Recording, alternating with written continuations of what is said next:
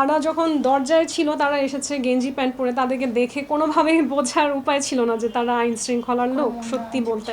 এবং আমার আইনজীবীরাও দেখে বলেছে যে মানে দৈহিক গঠন দেখেও যে বোঝা যাবে যে এরা পুলিশের লোক, বোঝার কোনো উপায় নেই। এই যে ইউনিফর্ম ছাড়া বা ফিটনেসবিহীন কিছু মানুষ এসে যখন দরজা ধাকাচ্ছে এবং আমি যখন প্রশ্ন করি আপনারা কে, কেন এসছেন, একটা আইনের লোক তো বলবে যে আপু আপনার বিরুদ্ধে এই অভিযোগ আছে, এই কারণে এসেছি, আপনি কথা বলেন।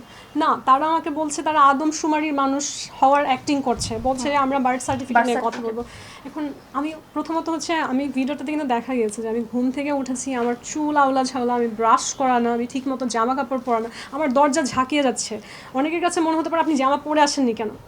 ওই পরিস্থিতিতে কিন্তু আসলে আমার মাথা কাজ করছে না, হ্যাঁ, কারণ তারা যে কোনো সময় ঢুকে যেতে পারে। আমি জিজ্ঞেস করছি যে কেন এসেছেন, তারা বলছে যে আদমশুমারির লোক, বার্থ সার্টিফিকেট নিয়ে কথা বলবেন। আমি বলছি আপনারা পরে আসেন, আমি প্রস্তুত হই। বলছে না, কিছুতেই স্বীকার করছে না। অনেক পরে আমি যখন সাথে কোনো মহিলা পুলিশও ছিল না, সাথে কিন্তু বাইরে মহিলা পুলিশ ছিল না, এবং যখন হচ্ছে দরজা খোলার প্রশ্নই ওঠে না। হ্যাঁ, আমি যখন আমার লাইফটা করি, লাইভের ভেতরেই কিন্তু প্রমাণ আছে যে ফাইনালি তারা যখন অ্যাডমিট করে তারা আইন শৃঙ্খলা বাহিনীর লোক, তখন কি বলে ভেতরে মাদক আছে।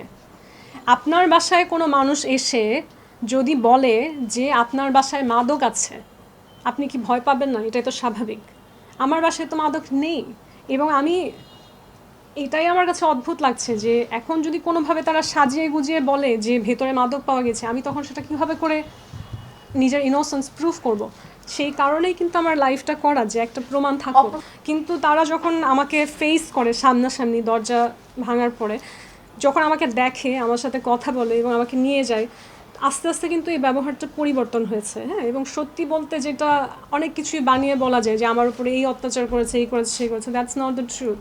তারা যেটা করেছে ভদ্রভাবেই কথা বলেছে, কিন্তু আমার সাথে আসলে যেই জিনিসগুলো আমার কমপ্লেইন করার জায়গা, সেই জিনিসগুলো আমার কাছ থেকে তারা সরিয়ে নেওয়ার চেষ্টা করেছে। এবং আমি বলবো বেআইনিভাবে আমাকে তুলে নিয়ে যাওয়া হয়েছে।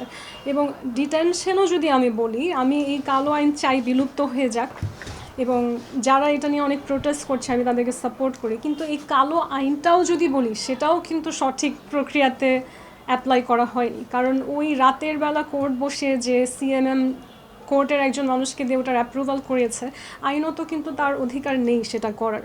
তাহলে তো আসলে আমার ডিটেনশন লটাও যে পাস করে আমাকে জেলে পাঠালো, সেই প্রক্রিয়াটাও ঠিক নেই। তাহলে তো আইনি ভাষায় বললে আমাকে আসলে আইনি আয়না ঘরে রাখা হয়েছে, তাই না?